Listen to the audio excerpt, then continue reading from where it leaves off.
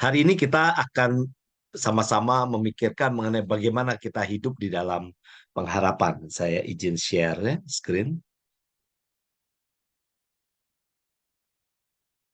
Hidup dalam pengharapan menjadi tema kita di akhir Persekutuan Antioquia Ladies Fellowship sebelum kita Natalan gitu ya, minggu depan. Em, Seorang bernama Lee Si Hua, dia mengalami kecelakaan tahun 2013 yang lalu, cedera otak serius dan membuat dia koma begitu. Disebutkan 5 tahun dia koma. Memang kita sudah tahu 5 tahun kemudian dia bangun begitu ya. Tetapi tidak demikian dengan istrinya, Sang Gui Huan. Istrinya harus menunggu di dalam ketidakpastian begitu. Karena kata dokter dia mengalami sesuatu yang sebetulnya tidak bisa berubah begitu ya. Kondisi yang berat begitu dan kemungkinan besar permanen begitu ke damage dari atau apa eh, cedera yang dialami di otaknya begitu. Tapi setelah 5 tahun dia bisa bangun begitu ya. Nah istrinya selama 5 tahun itu demikian setia begitu ya menanti dan itu berlanjut terus begitu. Setelah apa lisuhannya bangun gitu ya dari komanya. Yang jadi pertanyaan, mengapa Sang Guihuan setia mengurus Sihua selama koma? Padahal dia nggak tahu apakah bisa bangun atau enggak, dan dokter juga bilang ini kemungkinan besar permanen ini akan sulit sembuh begitu, serba tidak pasti. Ada satu yang ada di dalam pikirannya barangkali, yaitu pengharapan begitu. Lalu seperti apa sih pengharapan yang Alkitab ceritakan? Nah, ini yang kita sama-sama mau renungkan. Tapi pengharapan dari dunia ini adalah sesuatu yang diharapkan terjadi, tapi tidak tampak sekarang dan juga tidak tahu apakah akan terjadi. Itulah pengharapan dunia. Oleh sebab itu kita tahu ada singkatan PHP gitu kan, pemberi harapan palsu atau pemberi harapan apalah begitu kan, yang bercanda-bercanda begitu. Karena memang harapan dari dunia ini serba nggak pasti, apalagi teman-teman di luar sana suka janji-janji tapi palsu begitu ya, janji-janji tapi bohong. Tapi itulah dunia. Kalau seorang Sang Siguannya begitu setia nungguin si Hua waktu sakit selama 5 tahun, ada beban yang sulit, bagaimana dia harus mengisi hidupnya, berusaha untuk mencukupkan biaya dan lain-lain sendirian begitu. Sementara suami yang dia cintai tergeletak koma, tak jelas kapan bisa bangkit begitu. Tapi dia punya semangat masih ada. Nah, seharusnya kita sebagai orang Kristen memandang hidup ini seperti bagaimana? Peristiwa seperti Lim Si Hua dan Chang Guan ini eh, bukan satu dua, sebetulnya banyak sekali. Tapi juga ada yang putus asa begitu, tidak setia menunggu pengharapan itu datang, meskipun tidak pasti, lalu bunuh diri. Berapa banyak orang yang mencelakakan dirinya sendiri karena dia rasa sudah jalan buntu, depan tuh tembok, dan nggak ada lagi jalan keluar begitu. Rasanya seperti dunia tidak memperhatikan dia, tidak ada seorang pun yang care, tidak ada seorang pun yang memperhatikan dia, dan dia rasa lonely, dia rasa untuk apa hidup lagi di dunia ini, kira-kira seperti itu lalu memutuskan untuk bunuh diri. Betapa banyaknya demikian terjadi. Di dunia ini dicatat apa setiap menit ada 3 orang bunuh diri begitu. Jadi mengerikan sekali sebetulnya di seluruh dunia ini begitu ya. Jadi kita sedang memikirkan sebetulnya sebagai orang Kristen bagaimana kita seharusnya memandang hidup ini. Kalau kita berkata bahwa hidup di dalam pengharapan seperti apa sih begitu. Nah, mari kita membaca firman Tuhan dari Rut. Kisah Rut saya pikir menarik. Kita sudah pernah renungkan sebelumnya. Barangkali ini akan menjadi refreshing kita lagi sebelum akhir tahun ini. Kisah Rut. Rut pasal 1 ayat 7 sampai 17 saya akan bacakan. Nanti Rut pasal 4 ayat 12 sampai 17 kalau boleh ibu-ibu gantian gitu ya, Ibu Riama 2 ayat misalnya gitu ya. Ini total ada 6 ayat, ada 3 orang begitu yang bisa nanti gantian masing-masing 2 ayat. Di Rut yang pasal 4 ya, pasal Pasal 7 ayat 7 sampai 17 saya akan bacakan. Nah, saya akan membacakan dari Alkitab terjemahan baru yang dua, ya, yang kedua. Saya nggak tahu ibu-ibu apakah sudah punya begitu. Kalau belum, bisa ikut menyimak atau dicocokkan. Ada perbedaan sedikit-sedikit, tapi intinya sama, ya. Jadi saya akan bacakan Rut pasal 1 ayat 7 sampai dengan ayat yang ke-17. Demikian firman Tuhan. Ia berangkat dari tempat tinggalnya bersama kedua menantunya.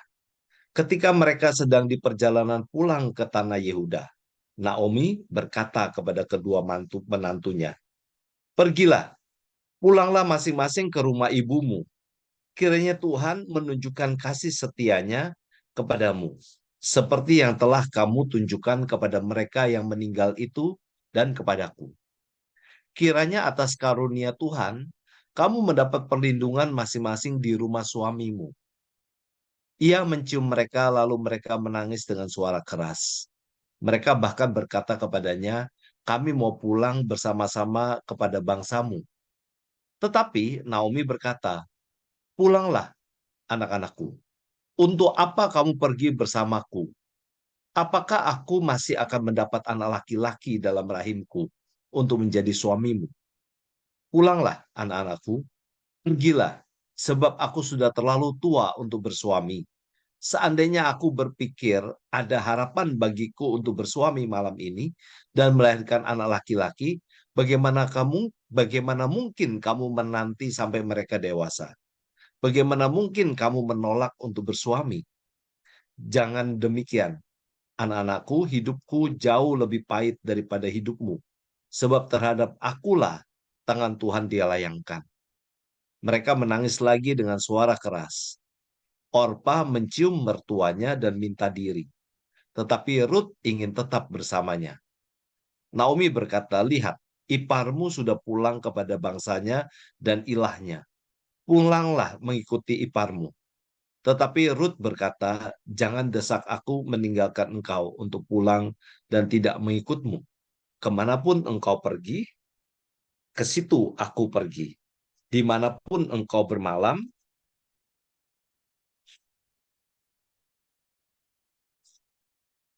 di situ aku bermalam. Bangsamu lah bangsaku, dan Allahmu Allahku. Dimanapun engkau mati, di situ aku mati dan dikuburkan.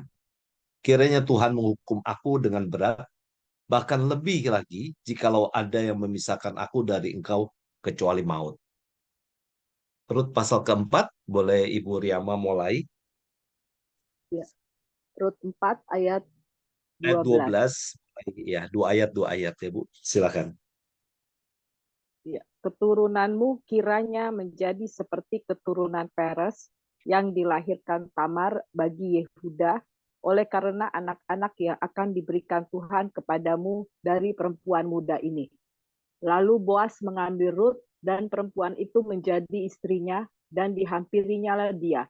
Maka atas karunia Tuhan, perempuan itu mengandung lalu melahirkan seorang anak laki-laki. Lanjut ya.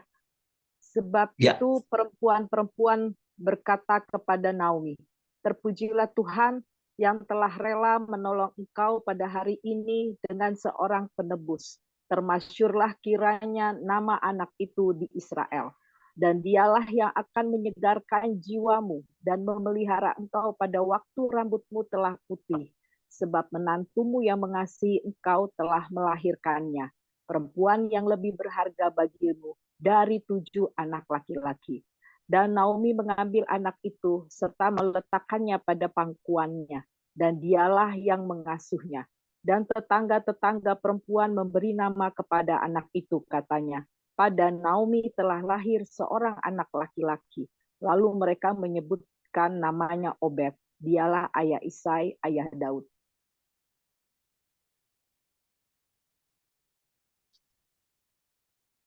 ada Ibu yang lain? Sudah Pak, udah sampai ayat 17. Oh, oke, oke, oke. Ini saya ngikutin pakai terjemahan yang baru. Iya, iya. Oke, thank you, thank you. Iya, kalau kita lihat ceritanya itu Naomi dan suaminya Elimelek itu waktu di Yehuda terjadi kekeringan begitu. Lalu mereka nyeberang ke kerajaan Moab ini. Jadi melewati Laut Mati, mereka pindah ke provinsi lain, nggak jauh sebetulnya. Tapi meskipun sebelahan dipisah dengan Laut Mati, beda kerajaan Moab dengan Yehuda ini. Jadi Moab ini memang terkenal bangsa yang suka perang. Ini bangsa yang jadi keturunan dari Lot sebetulnya. Apa mereka membentuk ini begitu ya. Nah, di dekat Dibon itu ibu kotanya kerajaan Maut itulah Sodom dan Gomora ada lokasinya di dekat sana begitu ya. Jadi kita lihat bahwa daerah Moab ini memang daerah yang tidak mengenal Tuhan sebetulnya. Nah, Naomi dan Elimelek itu demi hidup yang lebih enak, mereka pindah ke kerajaan yang sebetulnya atau daerah yang sebetulnya tidak mengenal Allah. Sebab itu akhirnya anak-anak mereka menikah dengan orang-orang sana, yaitu yang kita baca di sini tadi ya, ada apa Orpa dan ada eh, Ruth begitu di ayat 1 tadi ya. Nah, singkat cerita, anak-anaknya ini si apa Mahlon dan Elion itu menikah dengan Orpa dan Ruth ini meninggal. Jadi Elimelek duluan meninggal, lalu anaknya laki-laki meninggal begitu. Nah, di dalam tradisi Israel orang yang meninggal begitu, kalau masih ada mantunya, mantunya perempuan ini akan menikah dengan adiknya, begitu. Nah, tapi karena nggak ada adik lagi dan dua-duanya udah menikah dan meninggal dan udah nggak ada anak lagi, jadi mereka nggak bisa nikah lagi, begitu ceritanya. Jadi Naomi bilang udah kamu keluar aja dari aku supaya kamu bisa menikah lagi. Intinya itu. Nah, si Orpa oke. Jadi dia mencium disebutkan di ayat 14 mencium mertuanya dan ninggalin. Dia kembali ke bangsa Moab. Jadi ya udahlah. Memang nggak ada pengharapan. Ini kata Orpa begitu ya. Tetapi Ruth dia nggak melihat lagi itu. Dia sebetulnya lebih melihat kesetiaan dari apa eh, si ini si siapa Naomi ini gitu ya. Jadi barangkali dia melihat hidup yang disertai begitu oleh Tuhan dan dia lihat meskipun berat dan susah begitu ternyata Naomi mau kembali ke kerajaan Yehuda. Ya memang waktu itu Yerusalem udah lebih bagus gitu disebutkan Allah mulai memperhatikan gitu ya. Artinya udah nggak kelaparan lagi, udah nggak ada kekeringan lagi begitu. Jadi memang Naomi ini em, cenderung seperti ibu-ibu yang ya nggak mau susah lah begitu, nggak mau hidup susah begitu. Tetapi Ruth melihat ada sesuatu yang lain yaitu Allah dari yang dipercaya oleh Naomi ini gitu ya. Oleh sebab itu kita lihat apa sih sebetulnya yang Ruth alami begitu ya. Nah, ini sebelum tiba di Yerusalem ya dan sesudah tiba di Yerusalem. Ruth sendiri itu berasal dari suku Moab ya kalau kita baca di Rut 1 ayat 4. Menikah 10 tahun lalu suaminya meninggal. Jadi masih tergolong muda begitu ya. Sudah ditinggal meninggal oleh suaminya. Nah, Rut mengikuti alanya Naomi. Itu kita bisa baca di ayat 16 tadi yang dia bilang, saya jangan desak aku meninggalkan engkau untuk pulang dan tidak mengikuti kemana engkau pergi, aku pergi bermalam, aku bermalam. Jadi dia bilang, bangsamu dan bangsaku dan Allahmu Allahku. Jadi bangsanya Naomi akan menjadi bangsanya dia. Dia akan pindah itu ceritanya. Dan Allahmu akan menjadi Allahku juga. Begitu. Dan disebutkan jika pokoknya hanya maut. Nggak ada yang bisa misahin. Ini seperti janji pernikahan. Jadi sebetulnya merujuk kepada kejadian waktu Allah menciptakan Adam dan Hawa bahwa Ruth itu memiliki ikatan yang seperti dia mau ikatan itu hanya Allah yang memisahkan begitu. Jadi demikian dia melihat bahwa Allahnya Naomi itu adalah Allah yang punya pengharapan meskipun nggak jelas begitu ya. Tetapi dia mau pindah ke bangsa lain begitu mengikuti Naomi. Nah, ikut Naomi sampai maut memisahkan di ayat 17 disebutkan. Jadi prinsip-prinsip ini yang menjadi kekuatan di Ruth. Meskipun dia berasal dari bangsa yang tidak mengenal Allah sebetulnya. Tapi waktu dia kawin dengan anaknya Naomi, lalu melihat hidupnya Naomi, dan saya percaya bahwa Tuhan jamah dia begitu ya untuk memahami, melihat bahwa Allah Israel itu adalah Allah yang benar, Allah yang hidup. Mungkin juga dia dengar soal kasus-kasus dulu begitu ya, soal Sodom dan Gomora dan lain-lain. Jadi dia tahu, oh ini orang Israel ini benar ini. Dan dia taat begitu ya. Ruth nggak kawin lagi juga waktu itu, dan bahkan dia bilang kan ke anak mantunya ini, kalaupun aku menikah lalu punya anak, kamu mau tunggu berapa tahun kan supaya nanti baru menikah lagi? Ngapain begitu nunggu itu? Karena memang mereka harus seperti itu, begitu kalau di dalam tradisi Israel, begitu ya. Nah, ini yang kita lihat apa yang dialami oleh Ruth, begitu ya, dengan apa yang menjadi prinsipnya Naomi. Lalu sesudah di Yerusalem, jadi mereka akhirnya ya udah Orpa kembali ke bangsanya, tapi Ruth mendampingi Naomi balik nih ke Yerusalem nih. Nah, di pasal yang ketiga kalau kita ini ya nanti baca, saya bacakan deh ya. Pasal 3 ayat 10 dan 11 demikian firman Tuhan. Lalu Boas berkata, anakku, diberkati anakku di sini adalah Rut begitu ya.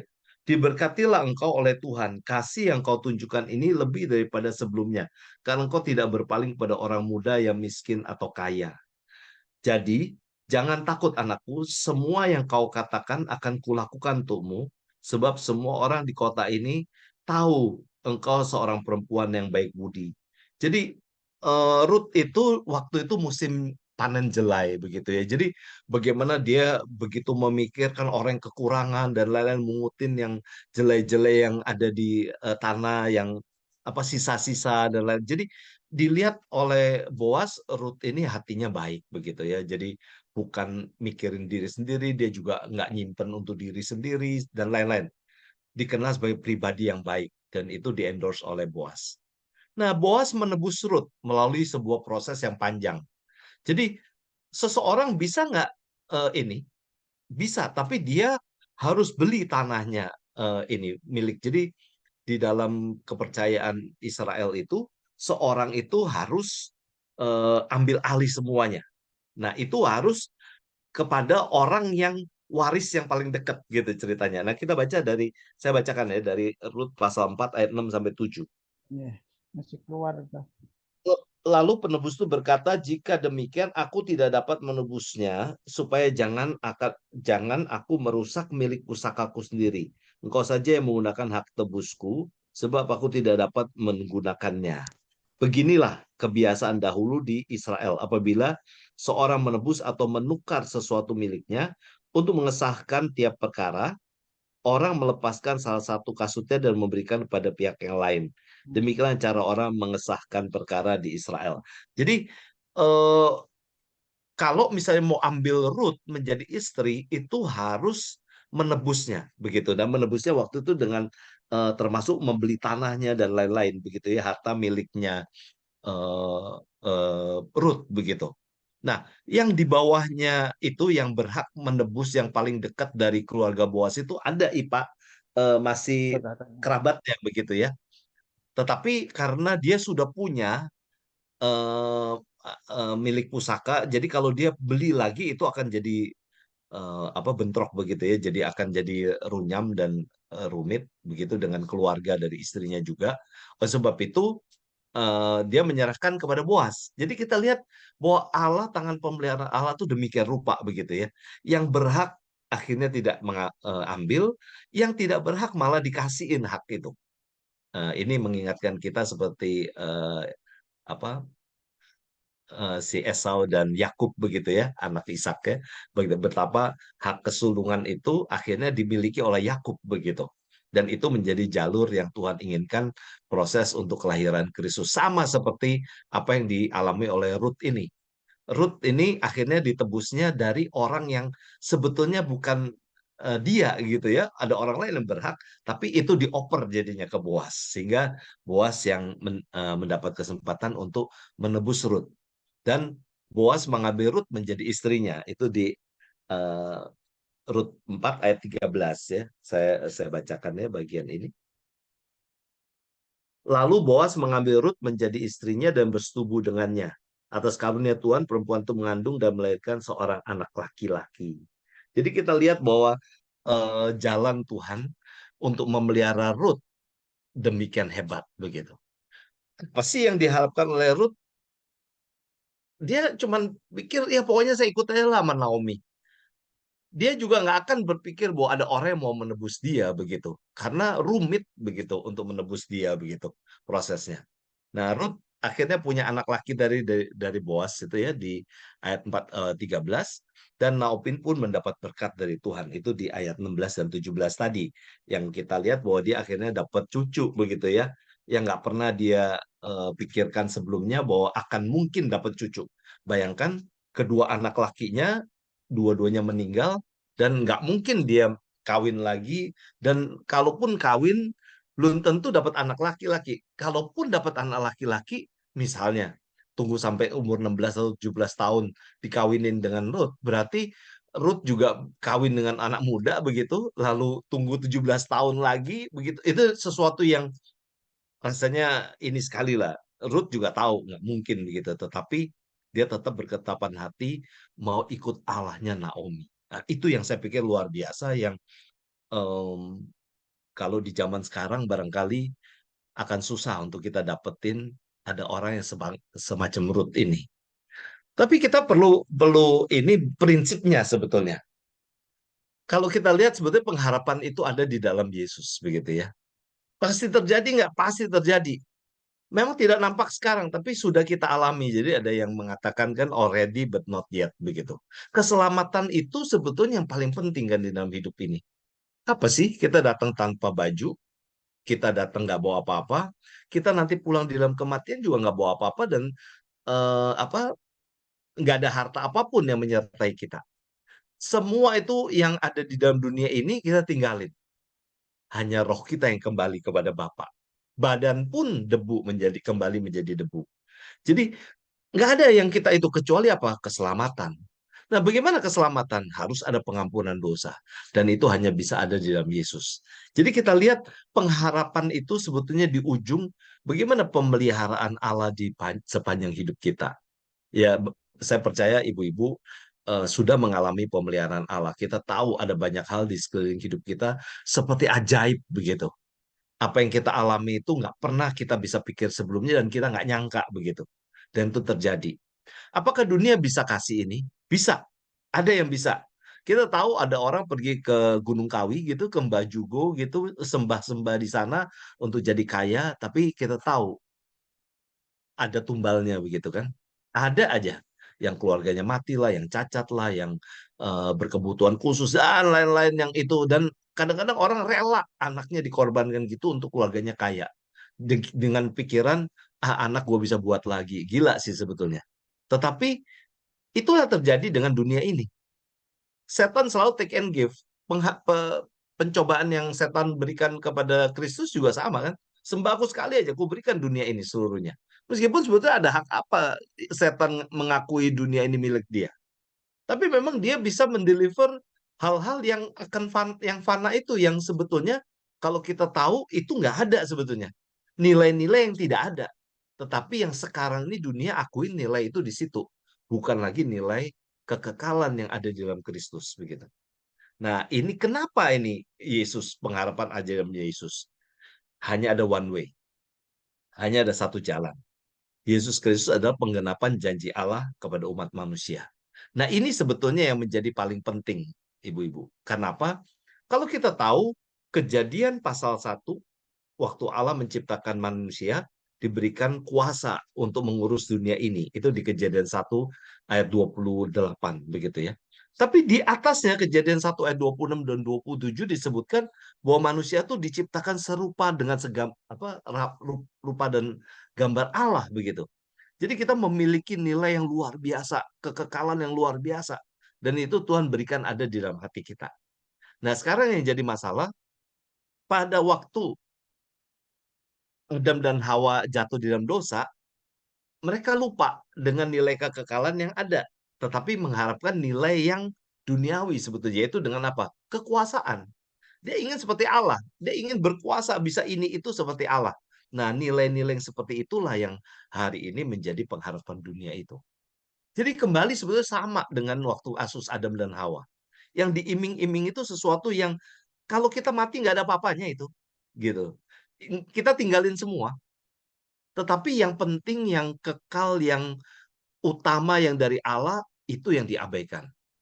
Meskipun demikian, Allah tetap mengasihi manusia. Adam dan Hawa dikasih jalan keluar.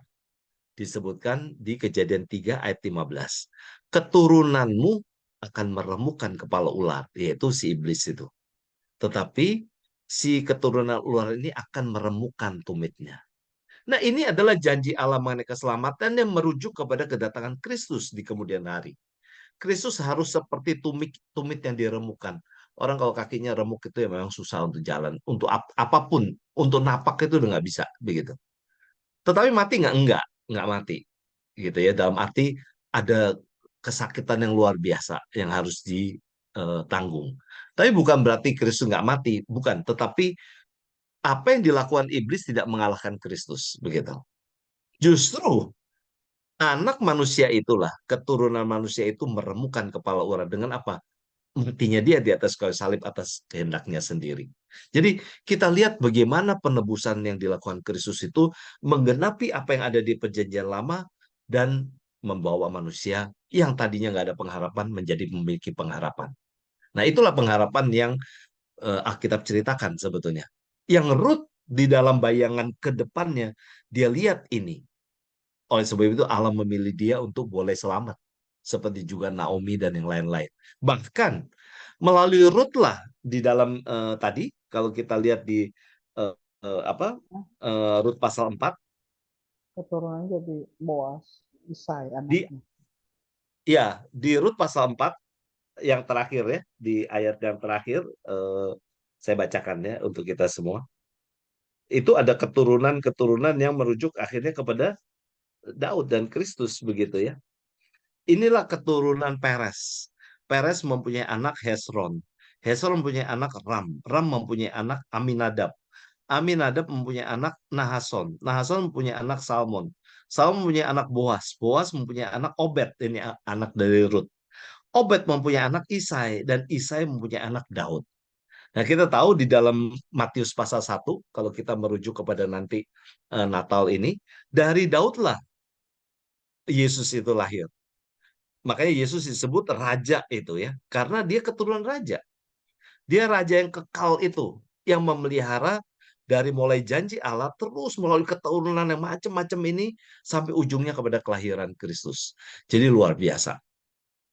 Sesuatu yang tidak pernah bisa dipikirkan oleh manusia. Manusia boleh berbuat jahat, boleh merancang yang jahat, yang keliru, yang salah, yang apa aja seperti hatinya mau, tapi Tuhan bilang rancangan Tuhan lah yang akan terjadi, begitu ya. Melalui kesalahan manusia. Jadi bukan Tuhan membuat sesuatu yang lain. Manusia keliru pun dipimpin oleh Tuhan untuk bagaimana supaya rencana itu tetap terjadi. Jadi luar biasa. Nah, itu memberikan keyakinan pada kita, ibu-ibu. Bisa nggak kita mengambil keputusan yang keliru dalam hidup ini? Bisa banget. Apakah tindakan kita bisa keliru? Bisa, meskipun kita Bisa. seperti Ruth bilang kepada Naomi bahwa aku akan ikut Allahmu, Allahmu tuh Allahku. Kita bisa bilang sama gereja bahwa saya pokoknya ikut Kristus sungguh-sungguh, saya nggak akan keluar dari kekristenan kalau bukan maut yang memisahkan saya begitu. Saya tetap akan ke gereja dan bisa kita ngomong gitu. Tetapi tindakan kita bisa keliru nggak? Bisa keliru. Bisa. Seperti Naomi.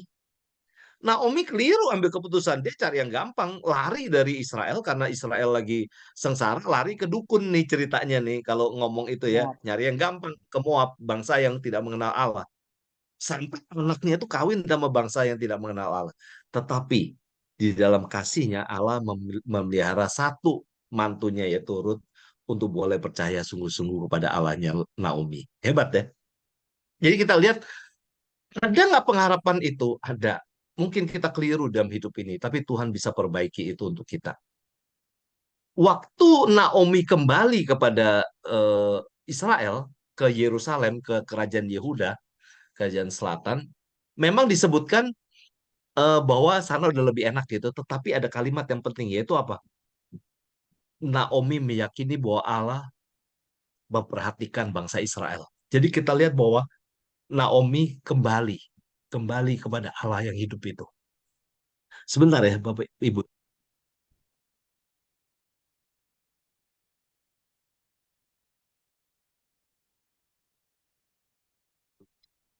Kembali kepada bangsa Israel, kembali kepada milik kepunyaannya itu. Jadi kita lihat yang dipikirkan Naomi akhirnya apa? Oh, Allah yang hidup, aku mesti kembali kepada Dia. Karena di dalam Tuhanlah pengharapan itu ada. Kenapa aku harus mencari ke bangsa lain? Bangsa Moab yang bukan mengenal Allah. Memang kelihatannya ada ada makanan dan lain-lain. Tapi akhirnya dia tahu kan, aku tahu tangan Tuhan ada padaku. Maksudnya menghukum aku. Sehingga suamiku harus meninggal, anak-anakku meninggal, begitu. Semua karena kesalahanku. Begitu. Barangkali juga dia yang dulu, ayolah kita ngapain sih di sini susah-susah. Elimelek juga akhirnya ikut aja sama dia pergi ke Moab ya, menjalani penghidupan di sana. Tapi waktu eh, semua udah meninggal, udah nggak ada apa-apa lagi, seperti tidak ada pengharapan sebetulnya di sana. Sebab apa? Dia ada dua mantu lagi. Dia mau berusaha apa di sana? Dan dia tahu bahwa kalau aku kawin sama ini, akhirnya aku hanya mengulang kesalahan yang sama. Kawin sama bangsa yang tidak mengenal Allah. Oleh sebab itu, dia memutuskan untuk kembali kepada Allah yang hidup, Allah bangsa Israel itu. Meskipun harus melalui perjalanan yang jauh, dia mau kembali. Meskipun dia pikir dia akan sendiri, kembali dia pastikan saya kembali aja. Tapi ternyata Ruth mau menemani dia, begitu ya. Dan jadi kita lihat bahwa pertobatan itu bagi Naomi pun dapat bonus gitu. Bonusnya apa? Ruth yang akhirnya di dalam Alkitab dicatatnya apa? Kitab Rut, bukan kitab Naomi. Dan Rut itu ada di kitab depan, di Hakim-Hakim setelah Hakim-Hakim. Jadi kita lihat Rut itu dipilih oleh Bapak Gereja sebagai tokoh yang luar biasa. Karena dia dari orang yang belum mengenal Tuhan, akhirnya melihat Naomi di dalam pertobatannya, akhirnya dia mau ikut kepada Allah yang hidup. Nah, ibu-ibu, jadi sebetulnya kita dalam hidup ini kita bisa pilih kita mau menjadi orang seperti Naomi atau kita mau jadi orang seperti Rut. Kita sebagai wanita yang ya kita ada salah tapi kita mau benar-benar bertobat balik kepada Tuhan, atau kita memang sudah setia kepada Tuhan dan kita sedang menantikan ada perbuatan besar yang Allah mau lakukan melalui hidup kita. Tapi itu tadi, seluruh itu pengharapan itu ada di dalam Kristus, begitu ya. Saya lanjutkan sharing ininya. Jadi Jesus is not one of the ways. Yesus itu bukan salah satu dari jalan yang ada. Jesus is not the best of several ways. Tuhan Yesus itu bukan salah satu dari yang terbaik dari ada berbagai jalan. Jesus is the only way to God. Yesus Kristus adalah penggenapan itu ya, janji itu. Jadi kita lihat bahwa Allah itu demikian baik mengirim Kristus ke dalam dunia ini yang akan kita rayakan minggu depan begitu di dalam peristiwa Natal. Tapi ingat, Natal bukan soal kado, Natal bukan soal happy-happy makan dan lain-lain. Sebetulnya Natal itu sukacita di dalam kepedihan. Kepedihan seperti Naomi yang harus kembali ke daerahnya menanggung malu juga begitu karena lu dulu yang kabur kan gitu kira-kira. Sekarang mesti balik ke daerahnya sendiri sama membawa mantunya dia. Tapi dia bersyukur. Di dalam kepedihan itu, dia punya mantu yang jadi teladan. Semua orang bilang, mantu lu baik loh. Mantu lu hebat loh. Dan Boas, sebagai orang yang penting di sana, sebagai brotherhood di sana, membawa Ruth akhirnya menjadi istrinya. Dan melalui Obed, anak mereka, menjadi jalan untuk akhirnya lahirlah Isai. Isai itu dari Daud. Tapi intinya bahwa kalaupun kita ngalami hal yang sulit, itu seperti yang dialami oleh bangsa Israel gitu ya. Waktu itu bangsa Yehuda juga sama mengalami kekeringan dan lain-lain. Jadi di dalam hidup ini kita tidak selalu bisa memilih hal yang enak saja. Kita akan mengalami hal yang sulit. Tapi kalaupun sulit pun kita tahu bahwa Kristus pun menanggung kesulitan penderitaan di dalam dunia ini. Sehingga Natal nanti, mari kita sama mikirin bahwa Natal itu memberikan pengharapan. Tapi pengharapan itu bukan sekedar karena ya kita percaya pada Tuhan Yesus, bukan itu. Tapi marilah kita memelihara itu supaya Natal itu menjadi ingatan kepada kita sepanjang hidup kita. Bahwa kehadiran Kristus itu real. bahwa Kristus datang sudah mempersiapkan diri untuk hidup sulit gitu. Jadi kalau kita hari ini mau berpengharapan, juga mesti siap bahwa kita akan mengalami hal yang sulit mungkin. Hal yang Tapi sulit. nggak apa-apa.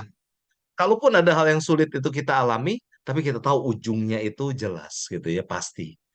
Itu saya rasa akan jauh lebih. Itu sama seperti gini, waktu seorang karyawan ditawari kerjaan, dikasih tahu, kalau kamu bisa 1 tahun jual ini sekian, kamu akan dapat bonus sekian.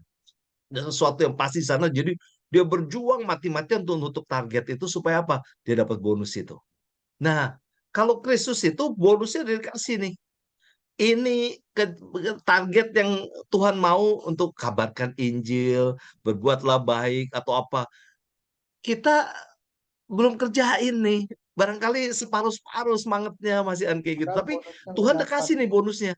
Nah, dunia nggak begitu, betul. Jadi kalau dunia kan, kalau kamu achieve baru saya kasih. Kalau kamu mencapai target baru saya kasih. Tapi kalau Kristus, nih, udah bonusnya dikasih dulu. Oke, kamu sekarang kerja deh. Nih, saya mau kamu kabarin Injil. Saya mau kamu hidup kudus ya. Kamu hidup sama-sama dengan yang lain. Berbuat baiklah, jangan balas kejahatan dengan kejahatan. Tuhan berpesan macam-macam, tapi kita nggak kerjain pun tetap bonusnya udah didapat. Nah, ini yang repot. Kalau mental kita seperti begitu, yang penting ujungnya udah kita terima, toh nggak akan hilang. Nah, ini yang repot. Sebab itu Rasul Paulus bilang, janganlah karena keselamatan itu jadi kamu udah dapat pintu masuk untuk kamu boleh berbuat dosa, begitu ya. Jadi, mari kita sama-sama menjaga supaya Natal tahun ini menjadi pijakan lompatan kita yang besar, supaya tahun depan masuk tahun yang serba tidak pasti itu, seperti tahun-tahun yang lalu, kita pasti. Karena apa? Ada Kristus yang menyertai kita. Ya, kiranya hidup kita di dalam pengharapan, tidak salah pilih harapan, tapi ada pengharapan yang di dalam Kristus. Tuhan memberkati, mari kita berdoa.